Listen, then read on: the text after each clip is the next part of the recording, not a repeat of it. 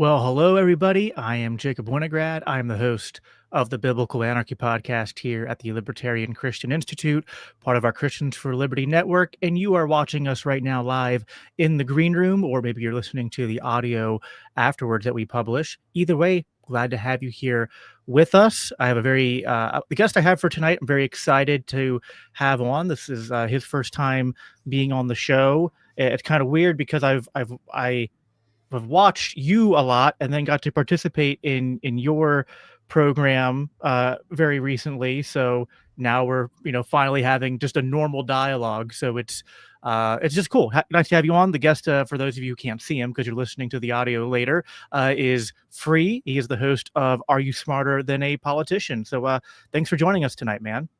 Yeah, thanks for having me, Jacob. Longtime fan of your show, so it's really nice to be on, and I'm very happy we've gotten to know each other a little bit lately, and it was great having you on the show. You did a great job, and I'm excited to do this. Yeah, I mean, I had to go up against a now three-time champ, so I think I had a pretty strong showing for my first time there. Yeah, you had to go up against Amity, the three-time champ, and Derek Wills, who's strong too. So it was kind of an all-star event. So we kind of threw you in on the deep end.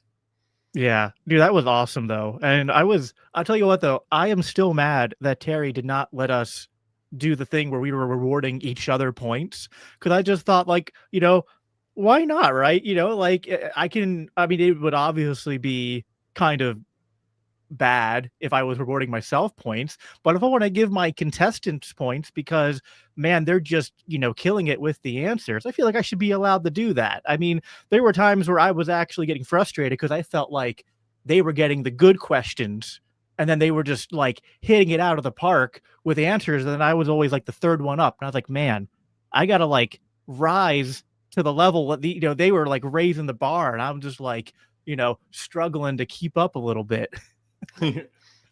Yeah, it's the funny thing about the scoring is that like originally that was supposed to be totally fake, and Terry actually like keeps score, and so she's come up with all these rules and stuff, and it's all her. Dude, it's such a blast. Like on the surface, if you tried to explain it to people, I feel like they would just be like totally don't get it. But like once you've like watched even just one episode, then maybe it's just me because I'm just hyper competitive. I mean, I'm like the type that like when I play video games with my kids, I don't show them mercy. Like I'm like literally like the Kreese from Karate Kid and Yeah. Cobra Kai, like no mercy. Like it was even like my middle child, he just turned 6 and we were playing Super Smash Brothers, and he started to cry because I wasn't letting him win. And I was just like, listen, I gave myself a 200% handicap on Smash Brothers, but you got to bring it, man. All right. Like I don't raise, marshmallows here. You got to earn your way. I'm super competitive with stuff like that, but it's also in good fun. I did want to, before we get too much into the game show stuff, and things like that, it's your first time on the show and we're doing, I guess a normal part of the libertarian podcast circuit ethos is, the way I like to describe it is that we libertarians, it's like we're attending sometimes an Alcoholics Anonymous, but it's like we're, instead of being recovering alcoholics, we're recovering statists. Most of us. I know like one person who was raised in a libertarian household, so it didn't apply to him when I had him on. But for most of us, we came to libertarianism at some point later in our lives. And so it's kind of like, what's your origin story? At what point did you realize that we were ruled by evil satanic, as I like to call them, evil satanic Epstein Island pedophile ring devil worshippers? Yeah, I mean, I think we realize it more every day. So, it's like I'd go back like 10 years and think I knew then. And it's like I didn't know anything then compared to what we know today about, how corrupt and evil the whole, government is, and, those that control the government. So, but yeah, I've been a libertarian my whole adult life. So I like to say I'm 0 for 9 on presidential elections. So that's quite the record I got going there. And, found Ron Paul like in high school and, got into that even though I couldn't vote then.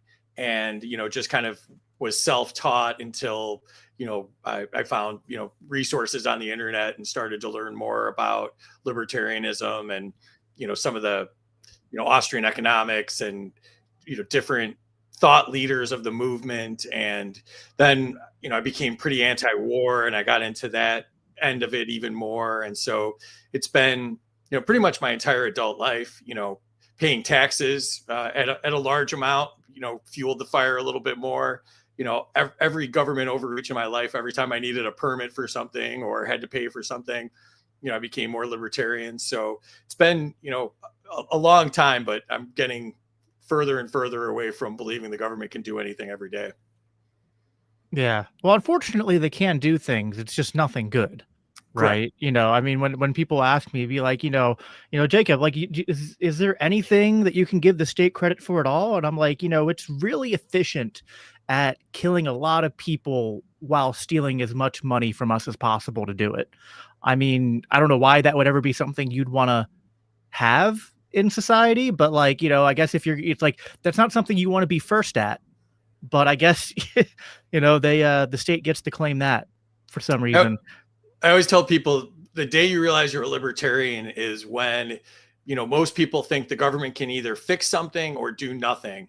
And you realize you're a libertarian when you realize the two options are actually they do nothing or they make it worse. Yeah. No, 100%. I see we have Amity in the chat. Hello, Amity. She said gave me 100 points for giving her and Derek points on Are You Smarter Than a Politician? So I appreciate ever since I've been on the show and I picked up a little bit, I think, of the people from your audience. It's like an inside joke now. Again, kind of an inside joke now. People make the comments. It's just like 100 points. People are like, what's that? It's like, you clearly you would never watch Smarter Than a Politician. So people need to do that. Also, click the wrong one because it moved on me. Amity gave you 200 points for being 0-9 on presidential elections. I feel like that's a badge of honor. I had a losing record going until this last time around, and I'm not exactly happy that I changed that because now I'm, I guess, 1-3. So I would have rather been 0-4. But I don't know. I mean, I guess I'm glad Ross is free. That's like the one thing I guess that I can hang my hat on and be like, at least that happened. I think it is such a white pill to see him out and about, and that like it's like I haven't met Lynn, but like we our guys at LCI were at Freedom Fest this past year, which literally like and Lynn's there, and it's like the first time because like Lynn's been going to all these events for, I mean, since her son was put in jail and showing up, and it's like it doesn't take away all the bad things going on in this administration, but man, it is nice just to kind of celebrate that like a libertarian cause, something that like a mother put time into and that a lot of people put time into, to see that actually come to fruition and to see him a free man. I mean, it does, I think, give us a little bit of hope that when we're all united on something, which can be hard for us libertarians, but when we're all united on something, I think we can make a difference. And that's like one of the few times I remember I'll never forget this. The night that Trump announced the pardon, I had Spike Cohen scheduled for the show, and we literally had something else planned to talk about that night and then changed it last minute just to talk about that. And it was funny. I remember, I think it was, I forget his name. It's the guy who's a musician from, I think his name's Phil, who's on Timcast a lot. And he was like saying, well, you like dissing libertarians and just being like, well, you guys booed Trump when he said he was going to free Ross at your convention. And then we were all like, no, that is the one time, the entire time when he was there, that everyone cheered. No one booed Trump when he said he was going to free Ross. Like, it didn't matter what faction you came from. Didn't matter how much sometimes we libertarians, act like the smallest degree of separation in ideology means that we're mortal enemies. That was the one moment where in a weekend of craziness and mudslinging, everyone comes together and is like, yes, we want that to happen. So, Yeah, you know, I was at the convention. I was front row center for Trump, and I was sitting with Julian Assange's brother, Gabriel Shipton. And so, I mean, that was just a trip talking about Assange with him for the hour that we had to wait before Trump came on. But the interesting thing there was, they played all the clips on mainstream media after the event, and they changed the audio, and the cheers changed depending on which channel it was, and the boos changed depending on which channel it was. And I had video of all of it, and I was putting up video saying, no, we actually cheered for freeing Ross. And it was crazy to be like, have that inside view of how corrupt the media is, and the dealings with the government, and how everybody's always got their thumb on the scale no matter what it is. yeah, that's definitely true. And I will say that that is one of the silver linings with Trump, is that, since he came into the limelight in 2015, 2016, is that he's helped to showcase how corrupt the media is. And the yeah, no, so I do want to uh ask you about your so we talked about your libertarian origin story. uh Good for you, by the way, for supporting Ron Paul in school, because I certainly did not. I was a raging, because of public school indoctrination. By the time I was done high school, I was a raging uh, leftist. So I thought Ron Paul was a lunatic who wanted to abolish the IRS, which is true. He wanted to abolish the IRS. He just wasn't a lunatic for that. Um, so I've come full circle on that idea.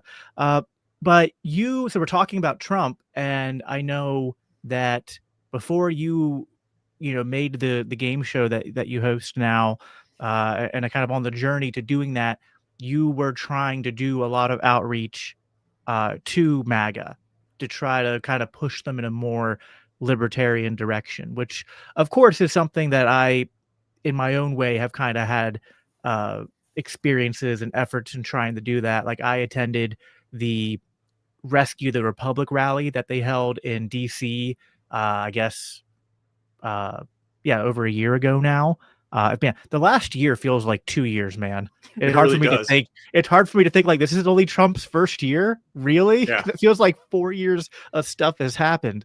But yeah, so that was over a year ago. That was in like the late summer of 2024, and I went there, and the Libertarian Party was there, and they had a table there, and they were doing outreach, and they were like handing out literature on why tariffs were bad to a bunch of MAGA and Maha supporters. And we still have it if people want to watch it up on our channel on LCI.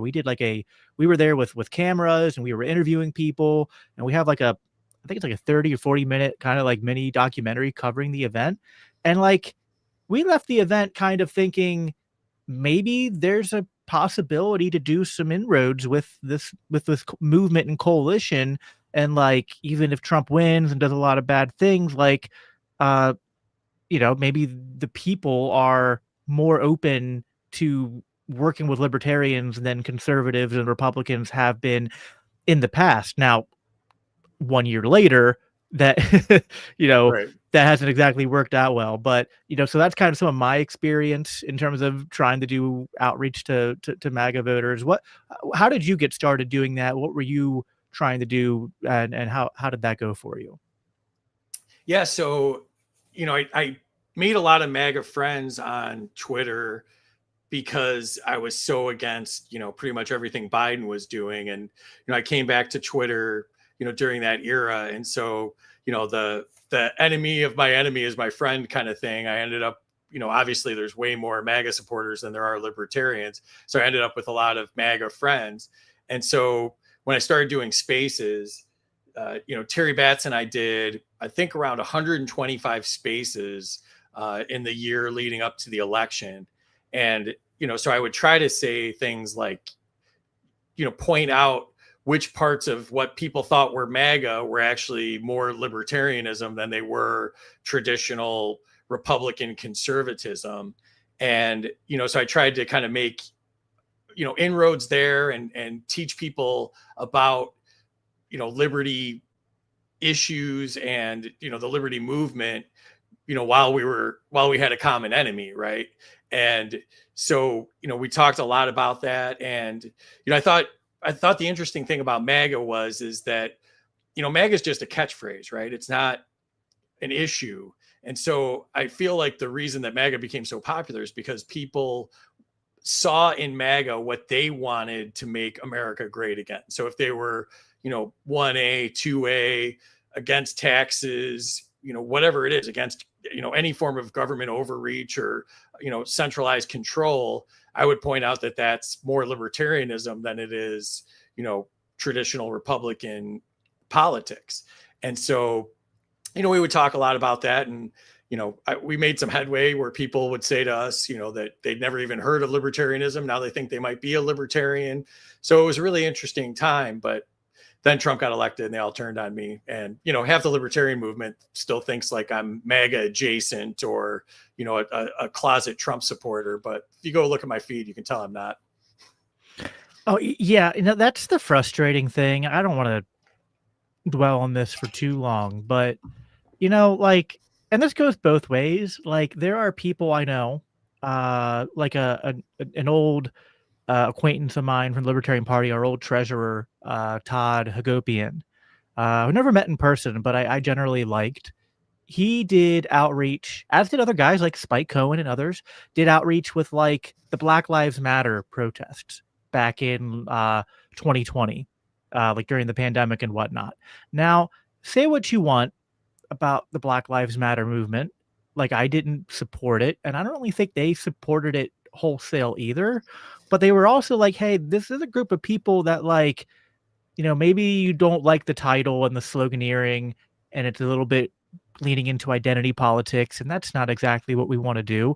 But they are kind of responding to some legitimate grievances with our criminal justice system and the police. So, like, shouldn't we be trying to talk to them to sort of affirm what they're getting right, and then maybe offer different solutions and a more philosophically consistent, grounded explanation for why the criminal justice system is bad and why their communities are suffering? And it's not, white people's fault. It's not, Western culture or, I mean, as a Christian, like, it's not, Christianity or anything like that, but it's really the government and the government policies, and not just the current ones, but ones going back, decades, since, like, really, I mean, you could say since the 60s, or really since the New Deal. And I mean, really, to keep going back, there's so many things that keep stacking on. But the point is, there was a lot of people who would see guys who did that and then just be like, oh, they're a bunch of, like,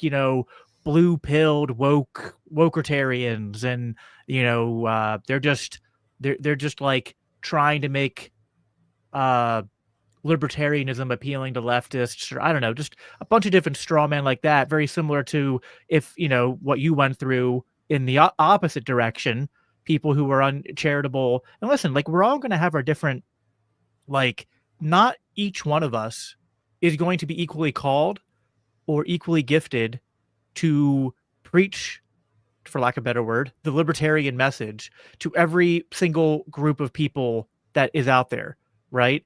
And maybe you might have, like, more than one group, but there's going to be some groups that you're just not going to be that good at giving the message to. Like, I'm pretty good at giving the message to conservatives and a certain niche within leftist circles. If they were like more of the Bernie bro kind of, like, progressive left, which I came from, I can message to those types. But if they're kind of like, think of like a Sam Harris liberal atheist, I have no idea how to message liberty to that kind of person, right? That's just not going to be my forte. But there's probably someone in the movement who could do a really good job at pushing that type of person to consider libertarian ideas. And so, division of labor is a libertarian principle and a Christian principle. And I just always found it silly that there are people in the libertarian movement who can get so bent out of, and I guess, to be fair, you can go too far in either direction, where you are trying to water down the message, or you are trying to pander or to cater, and that can be worthy of criticism. But then, but I don't know. I think that happens less often than people might think, in my opinion. Yeah, and you've seen the graphic before where it shows that the Libertarian Party's the best half of both parties, right? And if you think about what people actually care about and the impact they want to see in their life, like it's probably even more than that, because they, even like the people that want tariffs, they want tariffs because they think it'll make America business stronger, make wages go up, things like that, where, we can message to them and say, those are all great things, but tariffs aren't going to do that.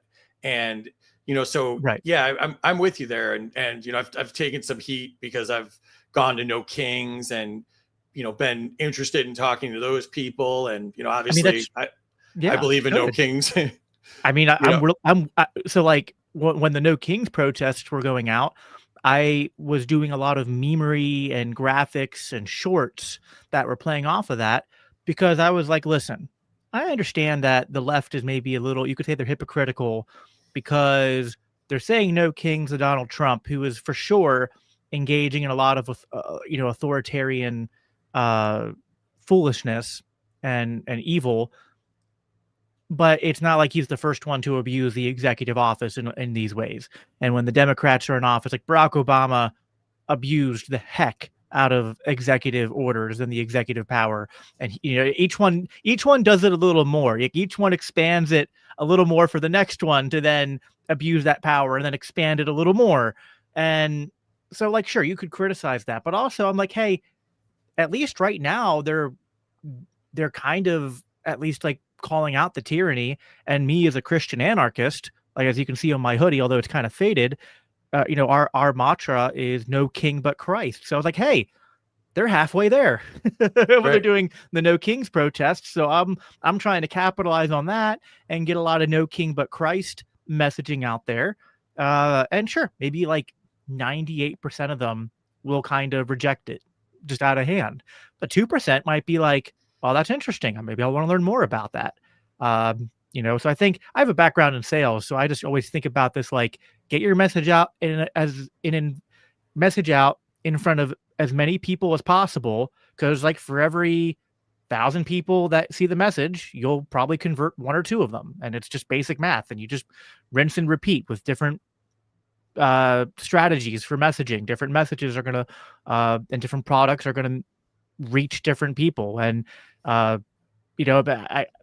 I think that makes sense. We're trying to sell liberty to people, so that speaks to that diversity of approach, and also just like uh, just because I think some people sometimes think it's not worth the effort, because they'll just assume, like, I know there's probably a lot of libertarians who just think, why would I go talk to a bunch of MAGA people? They're all, like, I know what they would say. They would say, well, they just worship Trump and they're not going to listen to anything I have to say. And I'm like, maybe you're right about 99% of them, but what about that 1% that actually your message will resonate with? Yeah, and to use your sales analogy, right? Like the first thing you want to do is listen and hear what they want, what are their goals, why do they think this is the right way, and then meet them where they're at. If you just go out there and you just start preaching and don't listen to them at all, your messaging is going to be ineffective. You're muted, I think. Yep, I am. Yeah, no, I agree with that. So Minus 100. minus 100, yeah. um, so you did a lot of spaces during the lead up to the election. At what Mhm. point did doing these spaces, is that what turned it to the game show, or what's the genesis or the origin story of how the game show started? Was that like a sort of gradual thing, it transformed into that, or was it like an idea that just came to you or someone one day and then you hit the ground running with it? Well, so it's kind of interesting because there's kind of two answers to that question. One was I was burnt out on politics after a summer of the elections, and just obviously there was a lot of negativity both on the libertarian side, but also, just in general, the culture wars and just the red versus blue and all of that. But where the game show really started was during the spaces. I interviewed a bunch of the presidential candidates for the Libertarian Party. Charles Boulay, Lars Mapstead, Chase, Mike Termott. A bunch. Josh Smith. I interviewed a bunch of them, and so leading up to that, I watched a lot of the debates and a lot of the interviews. And what I realized is, if you give somebody the opportunity to give their stump speech, they're probably going to give you their stump speech. And so if you ask these open-ended questions, you're probably going to get the same answer that the last guy got and the guy before them got. So I actually had a debate between Belay, Mapstead, and Chase. And so I came up with this idea of doing a lightning round, which you'll probably, you probably remember from the game show, is now a big part of the game show. So I asked them 72 questions in 11 minutes. And only allowed a yes or no answer. And the whole idea behind it was, I wanted to just know, where, when the rubber hits the road, are you a yes or a no on this? Like, I don't want caveats. I don't want exceptions. Like, would you abolish the IRS? Would you abolish the FBI? The big questions like that. And I also wanted to test them in a way that they hadn't been tested before, because when you're looking at a candidate, you don't want to know, can they memorize a 2-minute answer to something? You want to know, when they're under pressure and a decision needs to be made, will they, have the knowledge and the guts to make the right decision? And so I was trying to put pressure on them in a different way, so I could allow people to see them in a different light than they had during the debates or, during interviews. I wanted to give them, to stress test them a little bit in a different way than people had seen. So that's really where it started from. And then I interviewed Ryan Woodcraft, who won in El Paso, and Michael White, and a few people after that. And Woodcraft said to me, well, you've made me do the lightning round twice. You're going to do something else. So that's where I came up with the fill in the blank game, which I call Blank the Government. And so then, like, I kind of had come up with a couple of these games. So then when the election was over, I called, two of my closest friends and confidants, obviously Terry Batts and Casey Rasmussen, who does the They Both Suck podcast. And I said to them, I'm like, all right, I got this crazy idea. I'm like, what if I did a game show where I took these games that I've been playing on Spaces and, turned them into like kind of a game show format, and we give scores and all of that. And I'm like, tell me it's stupid. And they both were like, actually, I think it's kind of a good idea. Like, I think it'll actually work. And, they'd seen the little stuff I'd been trying on Spaces. And so when they both liked it, I was like, all right, maybe I'm onto something here. So the game show actually started off with kind of, us busting on each other as friends. And it was called You're Not a Real Libertarian. So I would ask a question, and then I would tell the contestant why they weren't a real libertarian and take points away from them. And, so it started off like that. And then we got more and more people that were interested in doing it. And then we expanded it to more than just libertarian. So I changed the name to Are You Smarter Than a Politician? And that's where we're at today. Wow. So it did kind of develop, you had core components of it that you kind of stumbled upon and just doing the candidate interviews and the Spaces and whatnot, and then had the idea. So that was kind of like what I was assuming probably happened. But it's cool to kind of hear you explain how that organically came about. And I like that idea. I remember I didn't watch that debate between those three. I remember like seeing it promoted.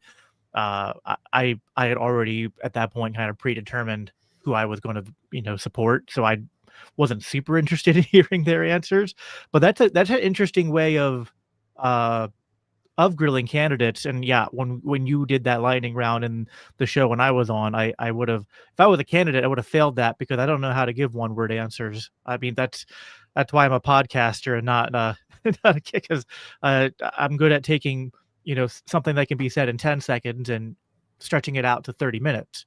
So that's the name of the game when it comes to podcasting.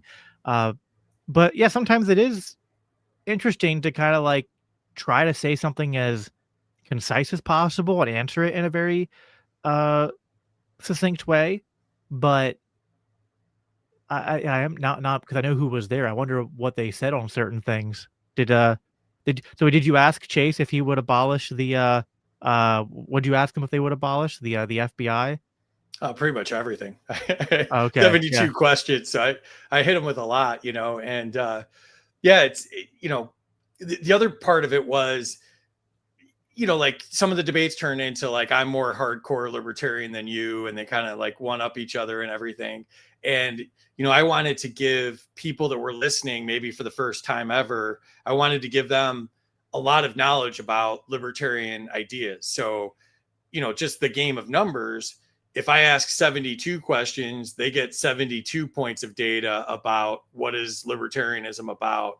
And where if I ask half that, they get 50% as much, right? So that's one of the other things I've tried to carry through to the game show is, typically we cover, 60 to 80 questions per episode in around, 90 minutes to 2 hours, depending on, how long the questions go.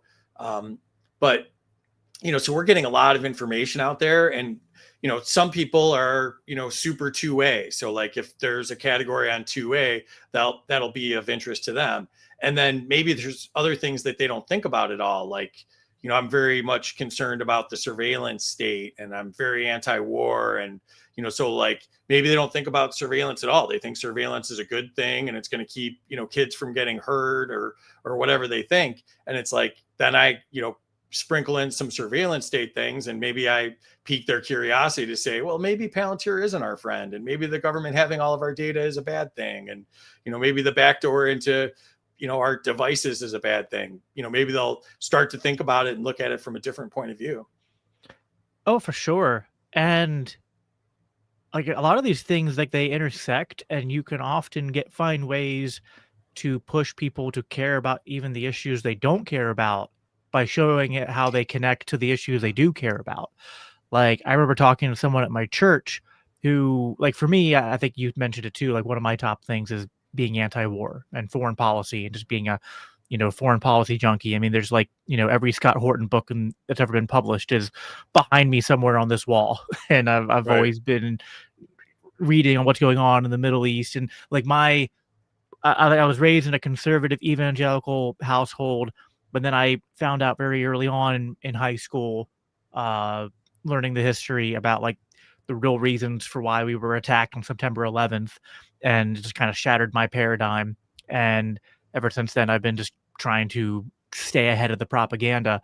But there's a friend of mine at church who is a, kind of conservative, not libertarian, but certainly at least like economically leaning in that direction, but more of a uh in favor of government interventions in like culture war, social issues.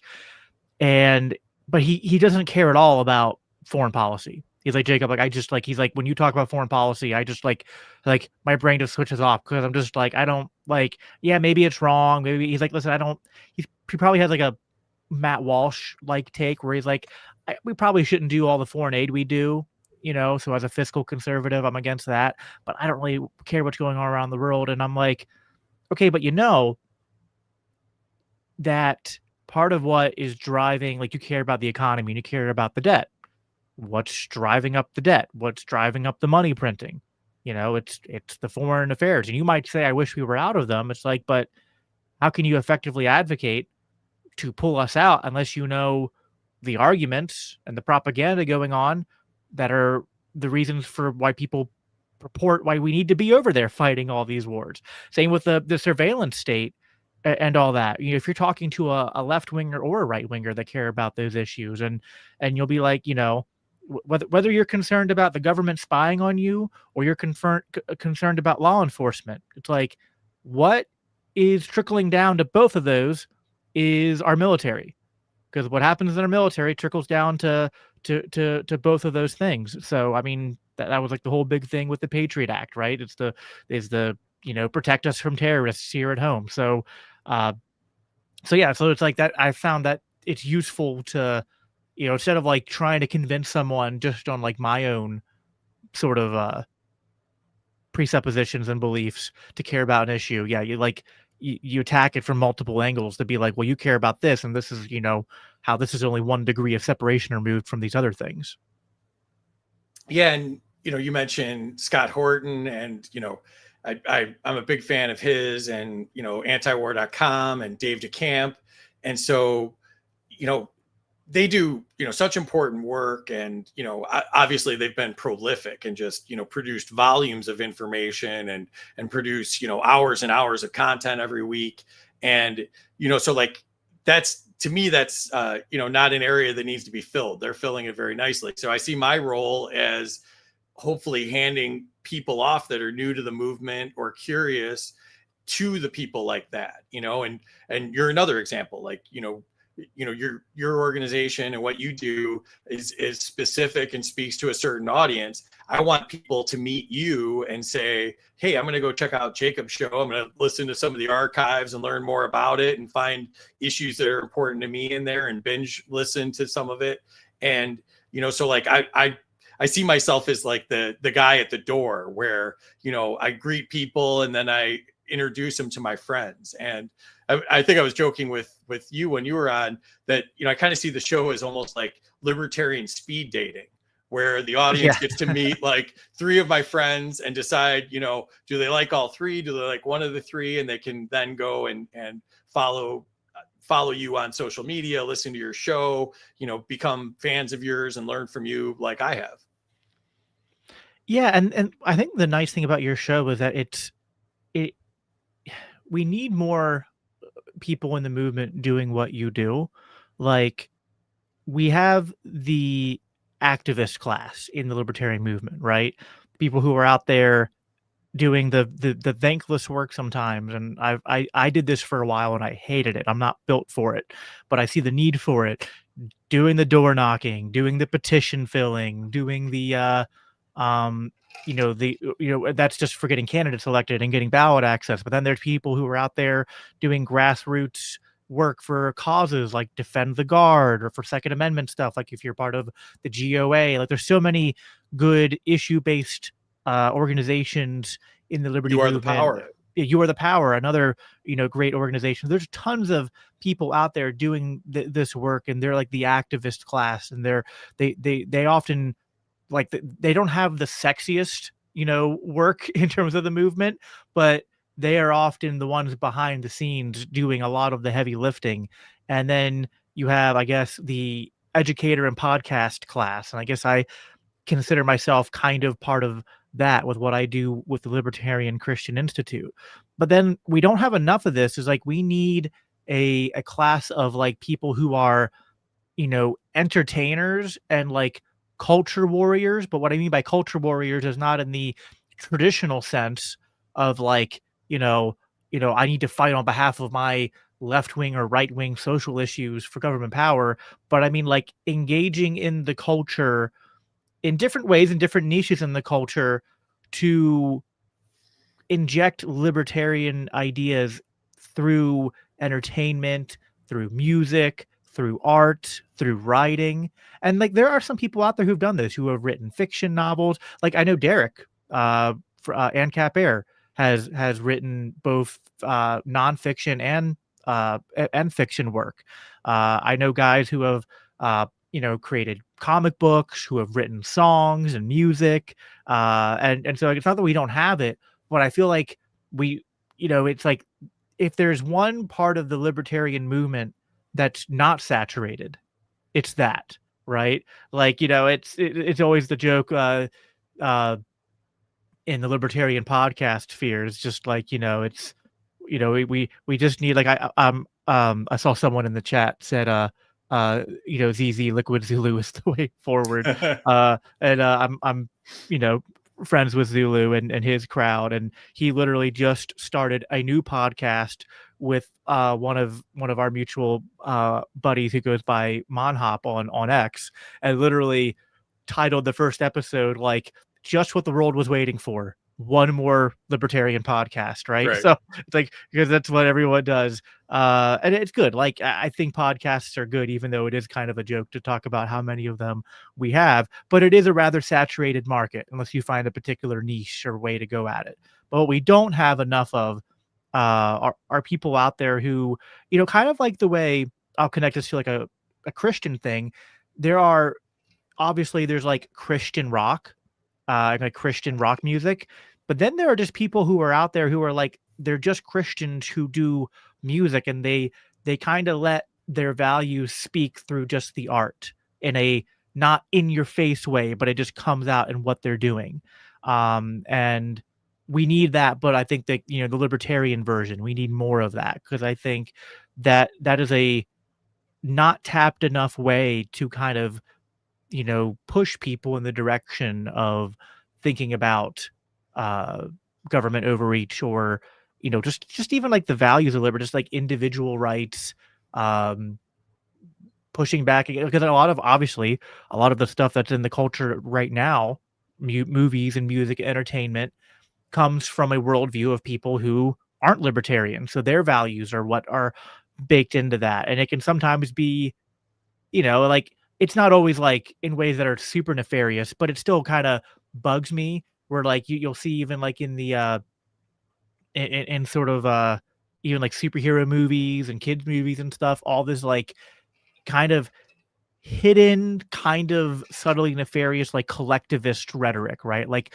we all belong to each other and stuff like that, and like and even like uh in kids shows, and just like the implicit like teaching kids to like, oh, that's a police officer, always trust and listen to the police and stuff like that. Now I homeschool my kids, so like, I counteract that propaganda, but you get what I'm saying. Like, Sure. there's overt and covert ways to push our values through culture, and I think what you're doing is it's kind of overt, but at the same time it's entertainment, and so it's kind of a little bit of both. Yeah, it's trying to find that balance too, right? So, I try to stay neutral on things, and I try to let the contestants speak, and I try not to like bring the hammer down on them too often. And because even when I have MAGA contestants that are like hardcore, like very conservative, like almost on the neocon side of MAGA, like I still control the format, right? So I'm asking the questions, and I'm asking the questions from my point of view and the pro liberty point of view. So I'm still controlling the narrative to a point. And so I try to do it that way, in a subtle way, instead of just telling them why they're wrong and shaking my finger at them and chastising them. And so, sometimes I get crap about that because I don't go hard enough on somebody, and I don't push back hard enough on certain topics. But, I like to try to like make them feel welcome, and let them share their opinions, and then let people decide for themselves. And like you said, even if we only win a little bit, like if we can get them to think about, if they can watch my show and think about one thing differently, or get curious and do more research on one thing, that's a win to me. So if they bring their audience, which aligns with them, maybe we can reach a bunch of people and change their hearts and minds about certain issues.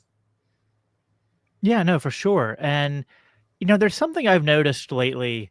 So I'm curious to get your take on this, because there's been all sorts of drama. This is part of the ongoing, I guess, what people call the civil war in MAGA and on the right.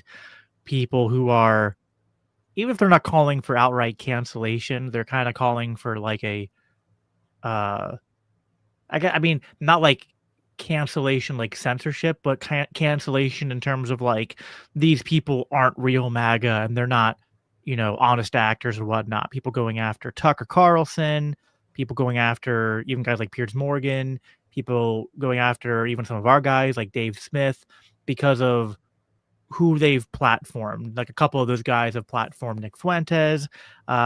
Piers Morgan hasn't, but he's platformed a couple other people like uh what's that one guy's name? Crap. Yeah, if he comes back to Myron Gaines, I think is his name. People who like are not libertarian, who have views that I think are, you know, not good, to say the least, often even a mixture of like reprehensible views. And so yet when when Tucker had Nick Fuentes on and when Dave had Nick Fuentes on, obviously they could have spent the entire time being like, okay, on this day, you said this on Twitter. And on this day, here's this clip of you saying this awful thing on your show. And just like, first of all, there's no guarantee Nick would have even stayed for all of that. And second of all, if you just bring someone on and be like, I think you're an awful person and everything you believe is horrible, and I'm going to sit here and berate you for the next 2 hours, is that going to win that person over? Is that going to win that person's audience over? Now, anyone can do Monday morning quarterback and be like, yeah, but you could have challenged him more here, or you could have asked him this question. Okay, fair enough. Maybe you think you could do it better.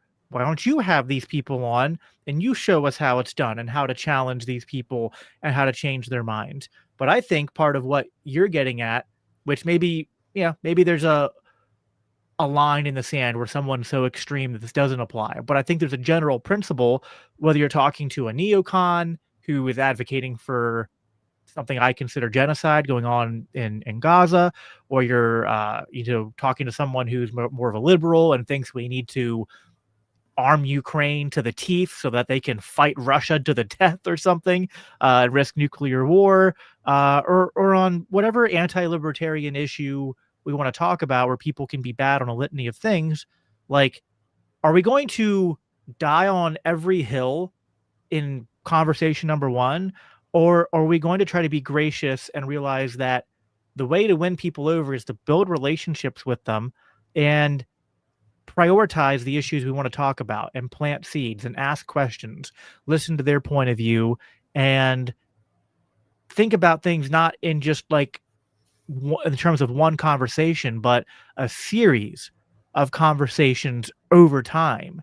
And that's often way more productive and gives you more opportunity to push back on their bad ideas when you approach it that way. So I guess that's the way I see it, but I'm curious for what your thoughts are. Yeah. You're saying, exactly the thing that I think, which is, some of us need to be accessible, right? There's room for the hard hitting stuff and the debates and all of that. But, some of us need to be accessible, right? And we need to be welcoming, and we need to, let people have their opinions and let them speak, and then also invite in their audiences. If they're, prominent people that have audiences, bring those people in as well. So yeah, I mean, I think the same kind of thing. Like, I think out of 100 contestants, I've only had one rage quit on me. So, and a MAGA fellow at that. But so, like, I think if you, have that whole, gotcha mentality where I'm going to trip you up and I'm going to, bring the receipts and trick you into saying something that's controversial that I can bust you on, I think that would have a very limited lifespan, and that I'd end up just talking to people that agree with me at that point. And that's not my goal. Right. And I think that there's like, this is something I struggle with on my show and my platform. And it's like, so it's funny. Kay said he's going to rage quit on the next one. That's my buddy Casey. He's been on more times than anybody else, and he hasn't rage quit yet. So, so like, I think that first of all, some of this is kind of like, we have to keep in mind that like there are things that we're conditioned to view as reprehensible, but that doesn't mean that, like, maybe it is, but like there's other things that maybe are equally reprehensible. Like, I love having people on my show who I disagree with, because as much as like these conversations are good, and like this is more of like I'm getting to know you and get your backstory and things like that, and I think that's really edifying for like both of our listeners. And yet, if a show is just always kind of like one dimensional, where it's just like, and this week I had on this guy and we agreed on everything, and this week I had this guy on and we just agreed on everything, and this week you know what I mean? Like, contrast is kind of part of life. It's an important part of life, and I'm sure even like at some point we'll probably find something in this conversation where maybe we even agree on something, but we have slightly different takes on it. And even that slightly different angle, that contrast is engaging and interesting. But then, especially, I think, as much as I'm, very much a partisan libertarian and Christian, I I don't think echo chambers are actually a libertarian virtue. I think, uh, non-ironically, diversity is kind of our strength. Now, the left says that, and they only mean skin color, but I think diversity of worldview and of thought and of background and economic uh, background, even, and expertises, like, that's the free market at play and the free market of ideas at play. So I like having people on, even people who I might think have a couple reprehensible views, like, and I'm not going to equate them, uh, but like, I've never had Nick Fuentes on, but obviously Nick has said some really horrible things. But he said some good things, like after the Charlie Kirk shooting, he said we need to de-escalate and not respond to the left with violence and disavow violence. And even though I have some, even he was like, listen, I have racist views, but I don't think we should advocate for no, and it's contradictory to things he said in the past. But then he's also against, like, even if it's not for entirely the right reasons, he's against war and he's against what's going on in the Middle East. Now, contrast that with someone like James Lindsay, and I've had James Lindsay on my show. And I think James Lindsay, ideologically, he's not a Christian, but he's done a lot of coverage on things like Christian nationalism and wokeism on the left that I find valuable. Now, on the other hand, James Lindsay has spent the last 2 years defending what's going on between Israel and Gaza. And then I could say, and actually a lot of my audience, when I had him on, said, Jacob, how can you talk to this guy? He hates libertarians and he advocates for and I'm like, yeah, I know, but I still want to talk to him because, I mean, I hope I can try to change his mind. And just because he's fundamentally wrong on some things doesn't mean he's wrong on everything. And the conversation is hopefully good for his audience and mine. I think that's how we win, is not by shutting down these conversations, but having more of them. Absolutely. And so what I try to do with my show is I try to do like a category, and then I ask all 3 contestants a question from that category. And then I try to write the question so it speaks to either, their passion about the issue or something that would be specific to, their makeup or their background. And, so like when you were on, I was trying to get like the Christian libertarian perspective on a certain issue. Right. And so to go back to a previous point you made, sometimes even when we're in the echo chamber and it's 3 people that pretty much agree with everybody and I agree with them, even just teaching people different ways to message an issue or a solution is valuable, right? So like when I had Larry Sharp's been on a few times, he's great with solutions, right? Love Larry. I would feed him questions where I knew he would talk about, one of his solutions, like, selling the naming rights to all the bridges in New York. And so I would try to tee him up for that because that's something that he's the best at in our world. And so, like, even when we agree on everything, there's different ways of saying it. There's different ways of reaching people with it. So I'm really going after that. Yeah, no, I mean, first of all, we need like 100 more Larry Sharps. I mean, like, I'm a huge Dave Smith fan and Spike Cohen fan, and they're great at like preaching the message. And Spike's good with his "You Are the Power" and the work there. But like, man, if we had like 100 more Larry Sharps with like their ability to like creatively think of policy proposals that push things in a libertarian direction without like being on the face, like just so like contrast that when you had me and Derek and Amity on, and at some point it was just a meme where we were just like, I don't know how to answer this, just abolish it next, right? You know what I mean? But Larry is able to be like, okay, well, he's kind of like he's the good cop, right? To use an anti-libertarian analogy, but like guys like Derek and me, we're like the bad cops. We're just like, privatize everything now. And then Larry comes in like, okay, so like there are these crazy radical anarchists, right? But like, how about this policy proposal, which is actually still moving it in our direction, but it's Right. like that intermediary step. So like we need 100 more Larry Sharps, because like, I mean, he's just one guy, and he decides to put all of his energy into like the second most, you know, doomed state in the union. But I keep telling him he's got to get out of there, because I think New York's the California of the East. But yeah, I can't blame him for trying to save his hometown. But yeah, so I think, yeah, like there is something about uh the, like, we need both, right? Like there's that expression, like preaching to the choir. And like you got to preach to the choir. You got to have those moments where like you're shoring up the base. Something I wanted to talk to you about is that I'm sure you've seen it too. Like the infighting's always there, right? And if I'm black pilled about anything, it's just like, it's the infighting. But I've seen some people in the movement who are more black pilled because, like, whether it's this current administration, or maybe sometimes, and not to be ageist, but maybe sometimes it's like people I know who have been libertarians for like 30 or 40 years, and they're just like, I don't know, Easy, like easy, easy. uh, no, but like I have good friends even here at LCI. Like, I have, co-associates of mine who are just like, I've been in this a long time, and like I just, I'm gonna keep on preaching the message, but the world just hates freedom, and nothing's ever gonna get better, and there's no point in even showing up to vote for libertarians and trying to argue with people, and they just kind of start to check out a little bit. And even like, I don't mean to pick on him, but like I've seen even Derek at times, and I've tried to encourage him. Same with our mutual friend uh, Brent of the Aiming Up podcast. Yeah, Great, Brent great, Freeman.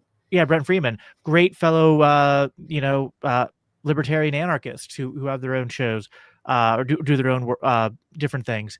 And I've seen them at points kind of like have this like, just like, man, I'm just like, this is just too hard. Like nothing's ever going to get better. And they're just like, black pilling for times. And I'm trying to cheer them up. But like, so what are your thoughts on that? Like, because I think on one hand, I get what they're saying, that like, man, we keep on doing all this work, and the state just keeps getting bigger, keeps spending more, keeps bombing more people, keeps, finding new ways to encroach on our liberties.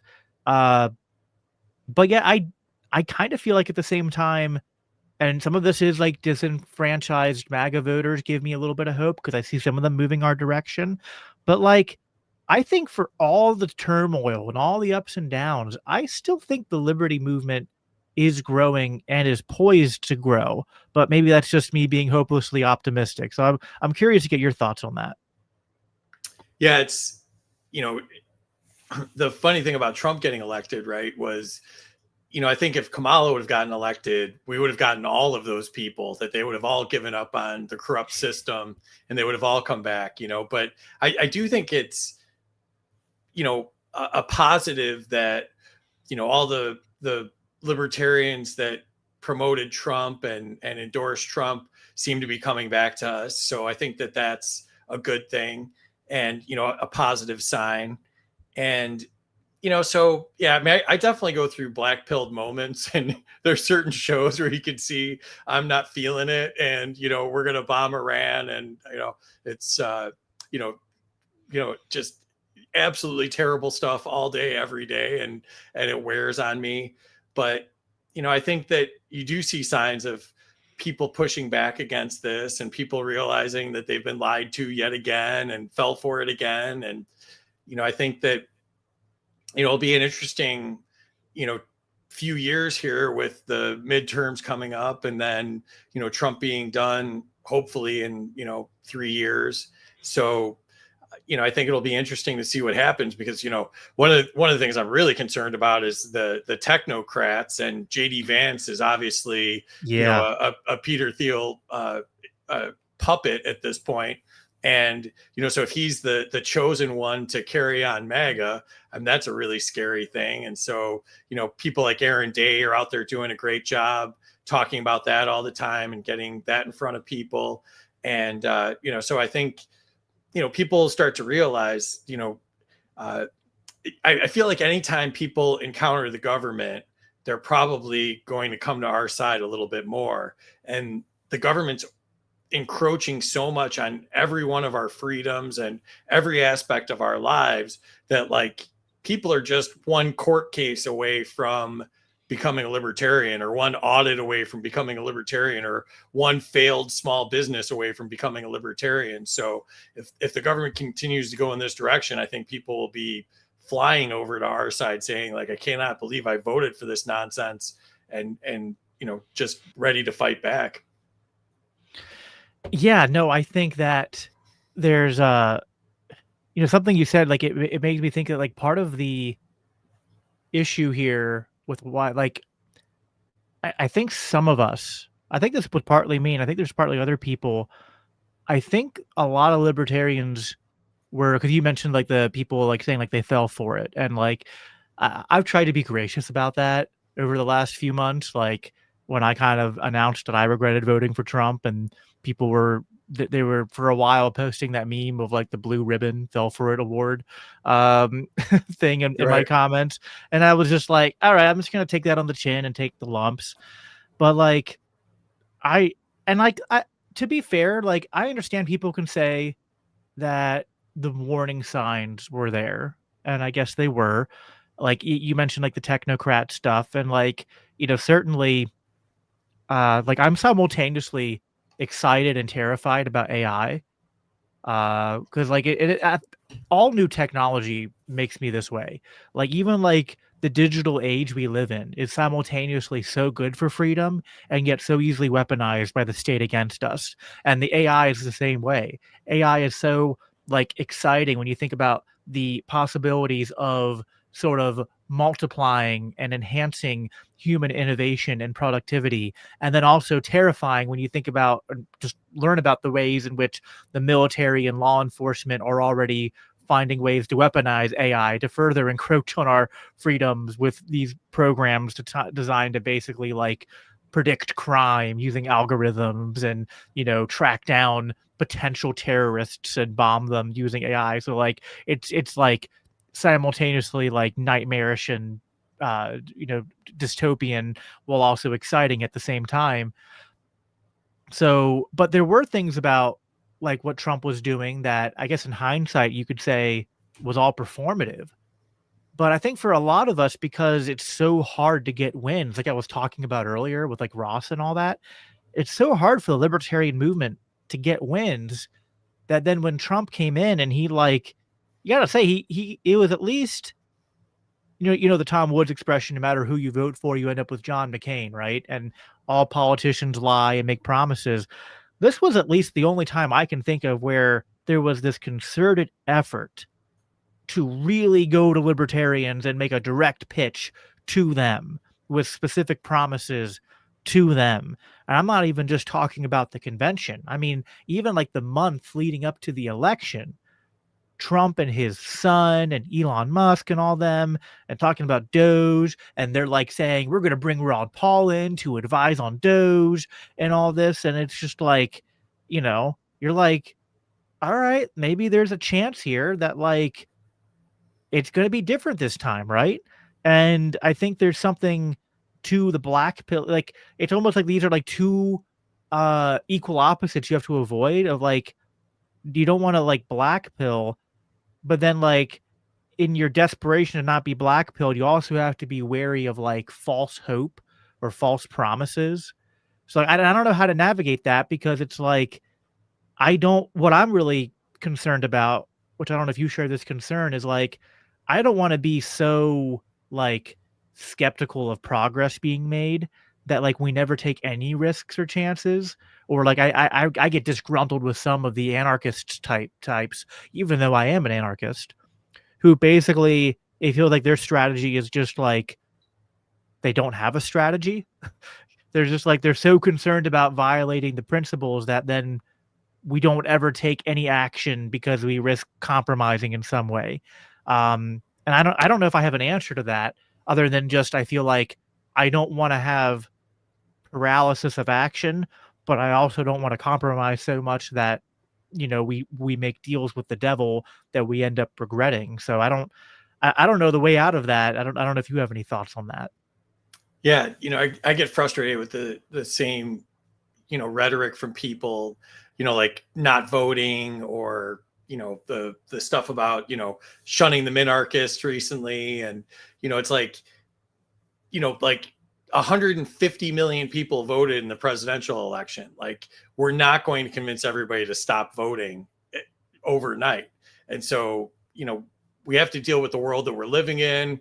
I believe in incrementalism, where if we got 5 more Thomas Masseys, that would cause gridlock in Congress. And, there would be significant changes because of that gridlock. So, that to me is something worth working for, even though I am an anarchist, right? And, locally, there can be significant wins locally, with just a few thousand votes, right? So I don't see Even why you would stop fighting locally. even a couple dozen votes, man. Like, and Right. I haven't talked about this on my show yet, because it's a little bit bittersweet. But so when I was with the Mises Caucus, I took over with Mises Caucus guys, took over like the local county party, caused all sorts of drama and division, plus because of the national takeover and state takeover, and we lost some people in the county party. Um, but one of the people who I've since kind of tried to mend the bridge with, uh, she is still a small L libertarian, and she ran for mayor of my borough.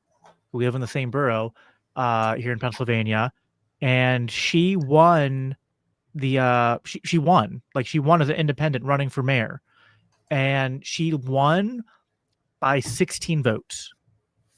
Right. And like, I initially offered to help her because it was more of like a personal thing. I was kind of like, hey, we had some beef between us in the past because of dumb LP drama that I feel kind of responsible for. And I just want to, like, as a gesture of goodwill, like, you're running for mayor, and like, despite whatever disagreements we have, I'm like, you're a libertarian. So like, of course I'd rather you be mayor than the Republican who's running, with no one to contest him other than you. But I was like offering to volunteer and just kind of still expecting the same result that I'm used to in my life, which is, even like libertarians will be like, we got 3% of the vote in any election and be like, that's a win. And it's like, I guess it's good for ballot access, but it doesn't really win anything. But then she won by 16 votes. And it was just like, that's just for me, for my kids. It was like even like such an encouraging moment for them to just show them, like, hey, you get involved locally in something you believe in, like, these kind of things are possible. So like, I have it's not a big L, but I have a small L libertarian mayor. I'm like, now what if we replicated that and had, like, across the country 1,000 libertarian mayors elected, right? Like, you're telling, and then, add constables to that, add city councilors to that. Like, so I mean, maybe there's not any hope in DC, although I'd love to get 5 more Thomas Masseys, but at the local level, like, there's still a lot we can do. And I think that absolutely makes a difference, even if it's just like, just convincing people to, like, I think some people think that you can't bust out of the two-party system, right? That, like, just no matter what, you got to vote red or blue. I had this conversation with my sister yesterday, and she's like, more of a Democrat, but she understands how bad the Democrats are. But she's just like, I don't know, Jacob, you got to vote for the lesser of two evils because voting for your principles never works. Like, maybe it never works because we've been convinced by the system, by the uniparty, that it can't work. Maybe if enough of us believed it could work, it would work. Right. Right. Well, 2/3 of the libertarians that ran in the most recent election won. And, I think Stephen Nikela and Paul Dar and, everybody working for that did a phenomenal job. So, I mean, I can't remember a result like that. So, I mean, maybe it is heading in the right direction, but, I think that, whether you're fighting for, one thing that's on the ballot or you're fighting for something in your own town, I think it's important to, stick with your convictions and try to fight wherever the fight is. Yeah, no, I agree. So first of all, I want to take a minute here. We'll go for about 20 more minutes. I did want to just plug for everyone who's listening that this is December. It's December 1st, and we here at LCI, we're a nonprofit. And so we rely on donations. And like every year, we usually have matching campaigns. This year, we have an awesome matching campaign. If you guys go to libertarianchristians.com/donate, which I have there at the bottom ticker, every dollar, and there's no cap on this. We have very generous matching donors this year. Every dollar you donate in the month of December is going to be matched. So last year we had a $5,000 matching campaign, and we used that to really expand our efforts here at LCI and to publish several books, to travel to different events across the country like Freedom Fest. And we're really hoping to ride this momentum because we think that, obviously that like we can preach this message of the connection between our being Christians who believe in the gospel, who believe in the kingship of Jesus Christ, and why the consistent application of following Jesus' teachings is the non-aggression principle. That's the best way to love your neighbor when it comes to, like, if you're going to talk about loving your neighbor in a political sense, in an economic sense. So we want to get that message in front of as many people as possible.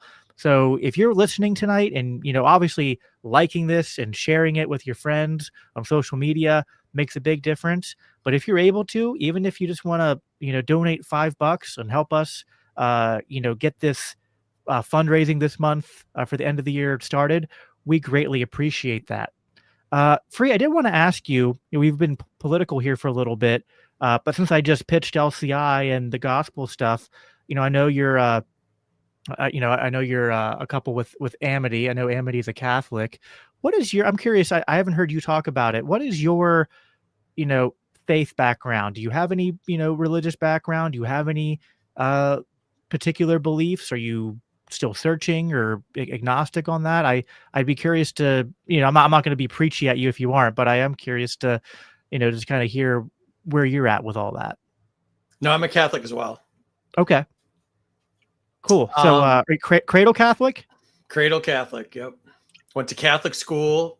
One of the reasons I realized I was anti-authority was I went to Catholic school and had nuns for teachers. So I realized at a very early age that I didn't like to be told what to do, and I was against authority of all forms. So that is funny. I've actually worked within the Catholic Church. I worked at the largest Catholic graduate school in the country, the school that actually Pope Leo went to. And, oh wow! Yeah, cool. so I was the head of IT there, and so I've had some different experiences in the church. I've worked with youth programs, and so I'm not like a good Catholic, but I definitely have Catholic belief and Catholic faith. No, that's fair. Yeah, I don't know if you have any thoughts on this. I mean, I don't want to put you on the spot too much, but like I've noticed that a lot of the comments I get in terms of like people saying Christians can't be libertarians, and listen, there's there's Amity, there's Tom Woods, there are tons of Catholic libertarians and anarchists. So like, I'm not saying they don't exist, but I guess I've noticed that if there was one denomination or part of Christianity that maybe tends to the most say that like, oh, you can't be a Catholic and a libertarian, it has, at least in my experience, come from the Catholic Church. Like, I don't know if you're familiar with Seamus Coughlin. He's the creator of Freedom Tunes. He used to be, and I used to talk to him back in the day because I was like a Patreon supporter of his when he was starting out. He used to be a Catholic ANCAP, But then the more he became Catholic, he said, then the less he felt like he could be a libertarian and an ANCAP. And for him, it was like, well, I can't. Either I can't be a libertarian because I'd have to support abortion, or I can't be a libertarian because the cat. So I don't know. Like I'm not an expert on Catholicism, but I try to be as well informed as I can be as a Protestant. I don't think there's anything in the Catholic Church that says like, thou shalt obey the state or anything like that. Like, so it never appears to me like there's a major conflict, but I don't know if you've noticed anything or what your experience there is. I mean, you said, the Catholic, the nuns made you a libertarian, which is funny. Yeah. I'm from Chicago originally, and they have no problems, telling you to vote Democrat. So, you know, I don't think there's anything in the teaching. And, I think that a lot of, Catholic values and Christian values are, very similar to, liberty values, and, that, we're supposed to respect each other and, be good to each other. And I think those are just very, core things, whether you're hoping to live a faith-based life or you're just hoping to be, a good person. Yeah, no, I mean, it's not a theological argument, but something I often like to pose to people is just to be like, read the Gospels and read the life of Jesus and apostles, and then just like any law that you want to pass, insert the libertarian analysis that every law is enforced by the point of the gun, and then be like, okay, would you want to be the person enforcing this law and do it knowing that Jesus is watching you do it and you're claiming to have faith in him? Like, right? Like, take an issue like immigration. And I understand the kind of like bordertarian perspective. Like, I know Amity's not for open borders. I'm not exactly like an open borders libertarian. I actually think Amity and I, even though she's more of a minarchist, I think we agree on this, where I'm like, I understand that while you have a state that like there's consequences to totally open borders, but obviously, like, I know Amity doesn't support mass deportations and doesn't support the way the current administration's doing it. And so when I'm talking about this issues to like my Christian friends, I'm like, okay, say what you want about like we can't invite the whole world here, and welfare and cultural values clashing, but like, okay, you're saying we need mass deportations. So are you going to like, would you join ICE if you were qualified to? And would you hold a gun? And would you kick down the door of somebody's house because they're here illegally? And you'd say it's a father or a mother or family. And you're going to point that gun at them and say, you're not allowed to be here. And you're going to threaten to shoot them if they don't comply with your orders, to then ship them back off to either their country or into some detainment camp with no due process. And are you going to do that? And then do you want to, on the day of judgment, stand before Jesus and answer for that action and be like, yeah, I think Jesus would be proud of me at that moment. I think it's the thing Jesus wanted me to do, right? Like, again, that's not like a super deep, like, like in our, that's not an argument you'll see in any of our books that we've written about, like, more complex theological arguments for why the Bible teaches libertarianism or teaches a political theory that's compatible with libertarianism. But I think that's kind of a compelling personal argument to kind of like put it, like, you're going to follow Jesus and you're going to use violence against your neighbor. I don't know. That doesn't quite square in my understanding of Christianity. Yeah.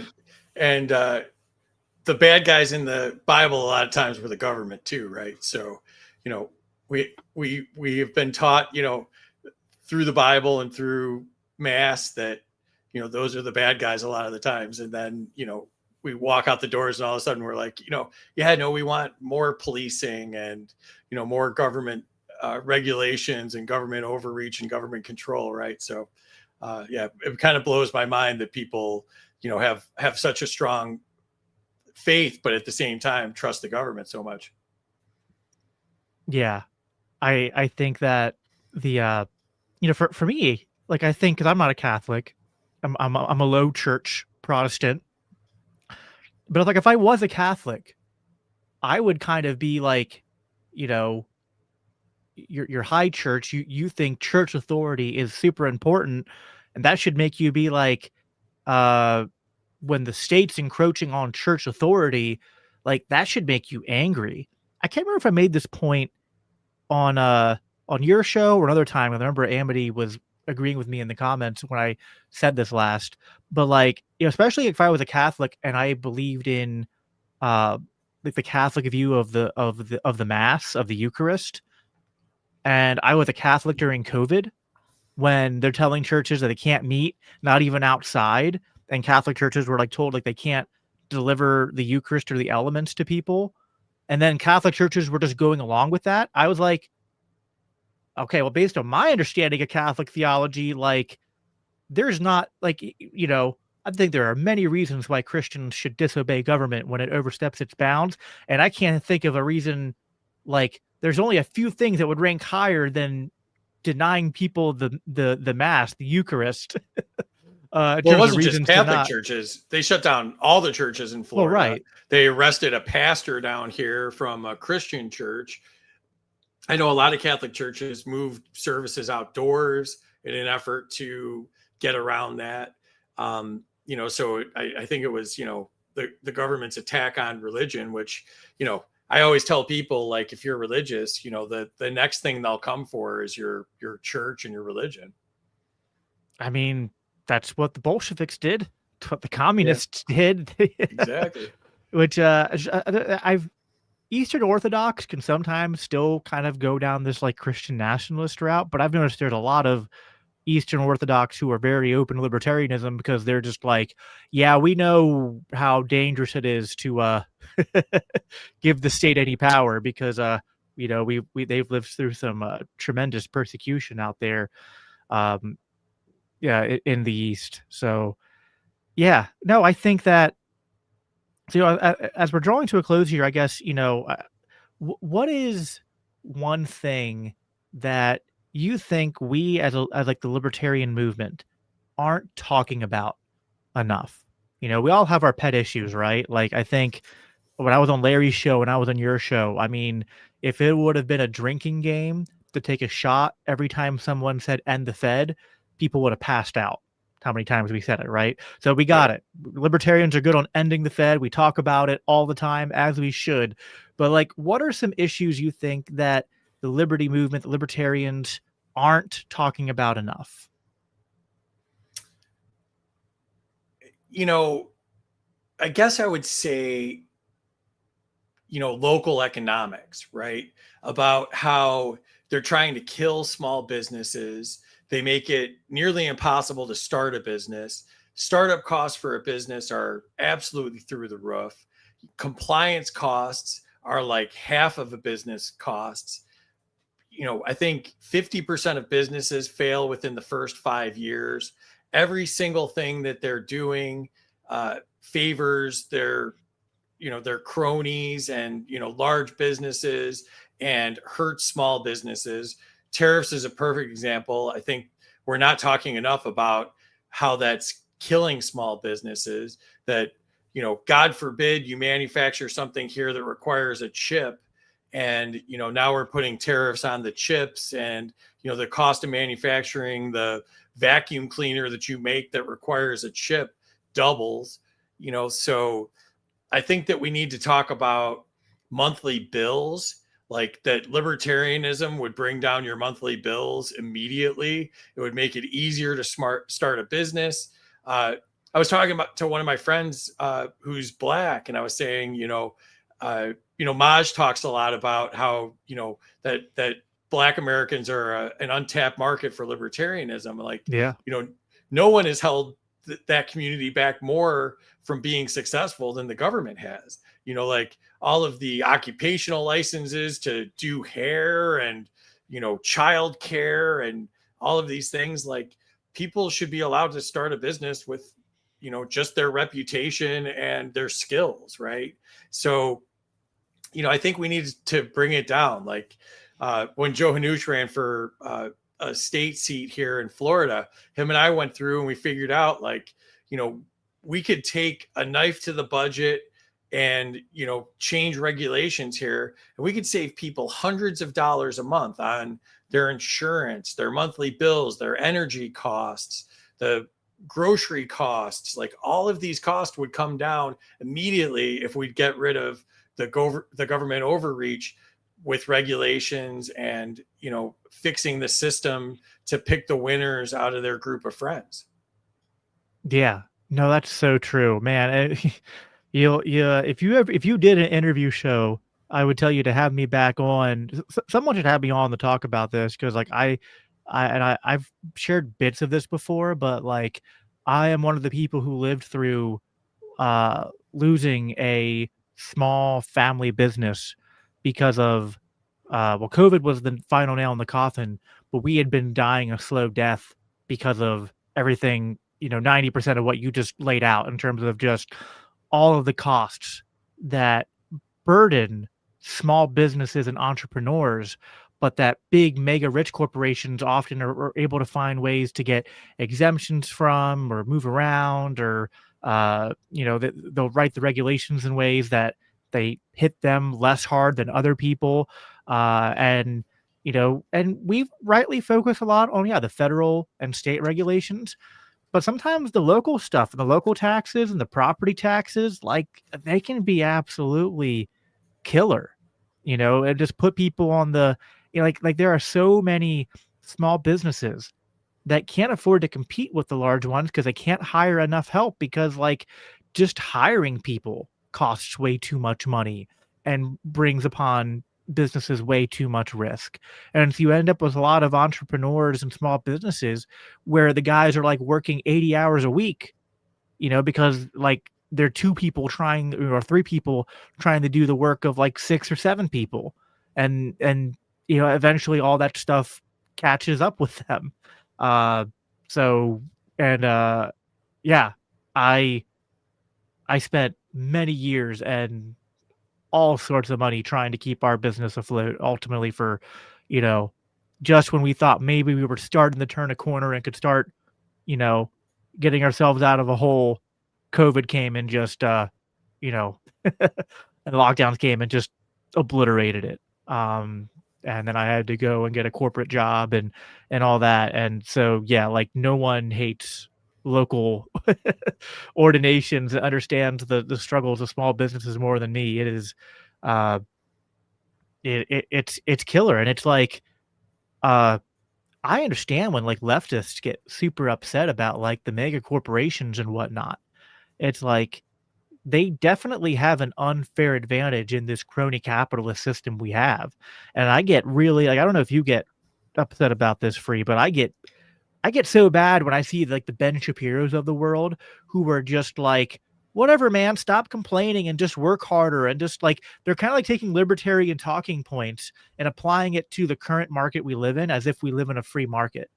And it's just like, if there's not opportunities where you live, just move somewhere else. And I'm like, what do you mean move somewhere else? Like, where all the opportunities are, the rent and the cost of living is too high, and not people can't just afford to get up and move, and people can't afford to be entrepreneurs. The money is debased and things cost 10 times more than they did 10 years ago. It's like, so, like, I understand when people get, like, listen, I understand we're the party and the movement of personal responsibility, but that doesn't come at the expense of understanding when the government's screwing you over. Yeah, and I think that if we want to win over people, right? Like, older people are the ones that tend to vote more. And so it's like, how do you think about talking to older people that are voting for, entitlement programs and all of that? Like, they're not going to touch the Republicans aren't going to touch the entitlement programs because that's their base that's voting for them, right?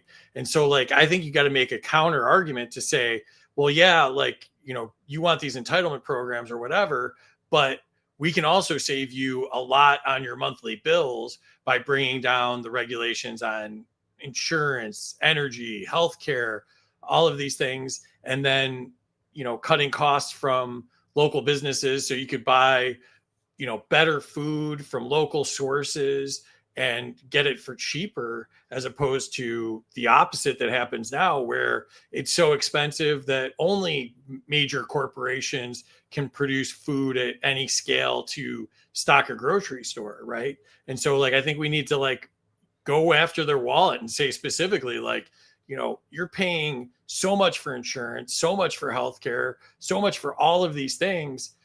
Would you vote for us as a lottery ticket to hopefully put, thousands of dollars back in your pocket every year? Yeah. Something related to the local economy too, when I want to get your take on this. I haven't talked about this a lot.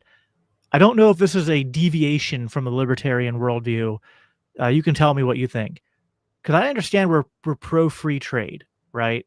And I'm not pro tariff, but I do think it would be better if more things were made here. I understand that you can't make everything at home and you do need free trade.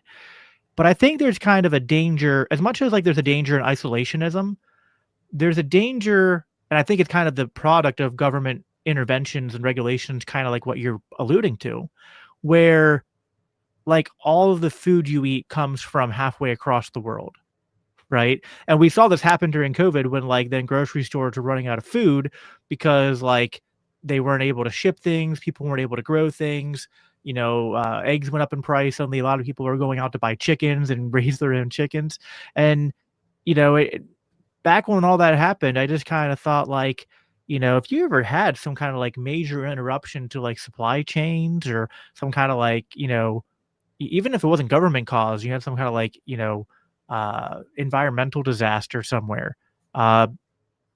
People are kind of vulnerable with like, and they're like, it's one thing to say free trade benefits all, but I don't know if I want to equate free trade with this like globalist economy, globalist not in the good way, but globalist in the bad way, that kind of makes people dependent upon that kind of globalist system. And instead of having more of that kind of like, not that you have to like go be a homesteader and make everything yourself, but like maybe we should trade more and get more of our stuff from like our local communities and neighboring communities more than we do now. Like, does that make sense? Like, I think there's something to that where we're kind of like over like, if all of your food's coming from Brazil, maybe that's not not exactly the way it's supposed to be. Yeah, I want to give a shout out to Mike Decentralized. Him and I did a dozen or so shows last fall called Township Liberation, based on the book that he wrote called Township Liberation. And there we go. And if you go to my Twitter profile and go under my articles, I have those shows listed in the first article where it says the Freedom Uncut shows. But we talked a ton about this, right? And so like food's a perfect example of like you can see government overreach and government killing local businesses and small businesses like more easily than any other way, right? Like, and we talked a ton about this where the average food delivery gets shipped over, I think it's like over 1,400 miles now. So you're not getting your food locally. Like Florida's getting food from California. Like, I mean, it makes zero sense, right? And there's an interesting story. Like Mike Johnson, I think this was before he was speaker, was fighting for the rice farms in Louisiana. And, basically saying that like the government's killing the rice farms in Louisiana. And it's a perfect example of, we ship rice like 10,000 miles to get here to buy foreign rice. Like, explain to me in any economic way that makes any sense, that something so cheap and pretty heavy is cheaper to send 10,000 miles than to buy from a centralized location in the United States. And it's the Right. perfect example of the government hurts those businesses in every way, shape, or form, from labor to regulation to compliance to environmental nonsense. And they drive up the price so much that like you're better off shipping rice from 10,000 miles away and burning all the gas to get here and it ends up cheaper. It's like you can see that how the government just absolutely kills our economy in a very simple product. Yeah. No, I'll definitely have to check that out. And it's one of those things where like you have to be careful because like I think the Maha types and MAGA types, like they see the problem. Now I think sometimes they can go too far the other way and then they're just like, yeah, like they go total isolationist, protectionist, and they're like, well, the solution is we got to shut down all this global competition and put tariffs in. And I'm just like, well, no, you just need to undo the regulations that have distorted all of the natural free market processes. And like, yeah, there are probably some goods, whether we're talking about food, talking about cars, talking about computers, anything, where like there might be certain parts of the world where like because maybe they're closer to a natural resource or something that like you do have to ship that to you. But like when everything you need gets shipped from somewhere else, like unless you're living in like, I don't know, like Siberia, like there's something in balance there. So I think this is one of those kind of going full circle where like there's so many instances where left and right people are reacting to real problems, and we have to come in and like affirm that and then start educating them on like here are the real solutions here, like which comes by understanding how we got here in the first place. So uh Free, we're out of time. I really appreciate you coming on. This has been a lot of fun. um People who are watching see they can follow you on Twitter at Smarter Game Show. Is there anything else you want to plug in terms of like where people can find the show or support what you're doing? Yeah, so uh, the show's usually on Tuesdays and Fridays, 8 p.m. Eastern. We're off tomorrow for the Thanksgiving weekend, so we took a longer weekend, but then I got the opportunity to do this. So I came back from vacation to do this, so I was so excited to do it. But Friday, 8 p.m. Eastern, we've got Chase Oliver, Amanda Griffiths, and Sergio Ortega, and that's going to be a really fun show. So I'm really excited about doing that. And you can catch our archives. Most of them are under my highlights on X, or you can catch us on YouTube at Freedom Uncut or Rumble at Freedom Uncut. And if you search it, you have to go past some George Michael's videos because apparently that's a live concert he did. But if you go to the username Freedom Uncut, you'll find us there. But yeah, and the thing about the show, and we talked about this a little bit earlier, but we get a lot of audience participation, and I think that's a really fun part of it, that we get to hear opinions from lots of cool people in the audience. And so we get the 3 takes from the contestants, but we also get takes from people in the audience, and then of course the audience controls the score, which makes it a lot of fun. And sometimes that's good, sometimes that's bad, and it's typical libertarian chaos. So we're very authentic to the movement. Yeah, it's organized chaos. I don't know. It's more like it's chaotic organization. I don't know the right adjective for it, but it's a lot of fun. Whatever it is, it's just it's the right balance of like there's a little bit of structure and then a little bit of making it up as you go. It's spontaneous order, in game show form. So definitely recommend it. It's a lot of fun, and yeah, you have a good you do a good job, which which is what I like about your show is that beyond just the showmanship and the entertainment value is that it's a very eclectic group of people. It's not just the same group of people every week, and so you get to see different you know, wings of the liberty movement and different people who specialize in different things. I know that's kind of the goal with what you're doing. So I really appreciate what you're doing, and yeah, just keep it up.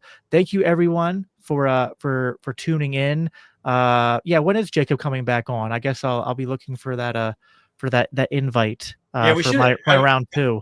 I was thinking about that earlier. We should have timed this where you were on the show before this, and then we could promote your show. But maybe next time. But yeah, we got to have you back on soon. And if anybody wants to be on too, you can follow me and DM me. But if you actually want to reach somebody that'll probably respond in a more timely fashion, Terry's in our chat. If you go to my profile on X, I have her handle in my profile, but she's Bats T76 on Twitter. And she's the brains behind our operation and does a great job of putting together the panels we have. And we've had over 100 people in the year that we've been doing this. So, like I was saying earlier, the libertarian speed dating idea, where you get to find out, which people do you like, and who do you want to listen to, and who do you want to follow. There she is. Yep. No, yeah, and I appreciate all you in the chat being engaged, and yeah, it'll be. I'm sure I'll be back on soon, but also I need to. I'll have to get some of my fellow LCI co-associates to consider appearances as well. So because we have again a whole podcast network here at LCI, and I'm just one of the hosts. But you can go to christiansforliberty.net if you want to check out the rest of our shows. But yeah, I'll just conclude by again reminding you guys this is our end of the year fundraiser. This is to fund everything we're doing in 2026. We had a really great 2025. You guys have been really good to us, and so just appreciative of all that. Again, every dollar you donate in the month of December will be matched dollar for dollar, and there is no cap, or if there is a cap, it's an unknown cap. So make us figure out the cap Yeah, of right. what our matching donors have promised to do. Right? We would love that so that we can. We're actually planning. I don't know where everyone is at, but we are planning some of our first in-person meetups. We're planning a meetup next year, probably more like end of summertime. But we're planning a meetup in like the Ohio, like Indian, yeah, like kind of like where Ohio and Kentucky, I guess, kind of get close to each other, because we have guys in both of those states, so they're trying to find like a midway point to do like an in-person meetup, and we'd like to do more of those. So as well as showing up to Libertarian Party conventions, state conventions, Freedom Fest, Pork Fest, all that. If you want to see us there and see the show grow, more books come out. I mean, we're if you believe in the gospel and in liberty, we're your guys. So again, libertarianchristians.com/donate. I am here here in the green room typically every Monday evening. I will also plug that I will be back here again Thursday evening for a special edition of the show, where there's going to be a debate between Dave Smith and, as previously mentioned, Mr. Liquid Zulu. That's sure to get a little heated and a little spicy, but I'm going to do the best job I can as a moderator to make it a productive debate and an edifying one. The Bible says iron sharpens iron. Sometimes in that process, sparks fly. There might be some name calling. There might be some, people might lose their temper. Might be some profanities. I'm praying that it'll be productive, and that I'm gonna try to make them friends by the end of the stream. That's my goal. It's my goal. It's we have a one of my favorite guys here in my state party, Ken Kraushock, has this it's the Libertarian Friendship Caucus. We're make everyone like we're such a minority. We got to spend way less time punching in, more time punching up and out. So thank you everyone for tuning in. Thank you Free for being here, and I will talk to you guys later. Take care. Peace, y'all.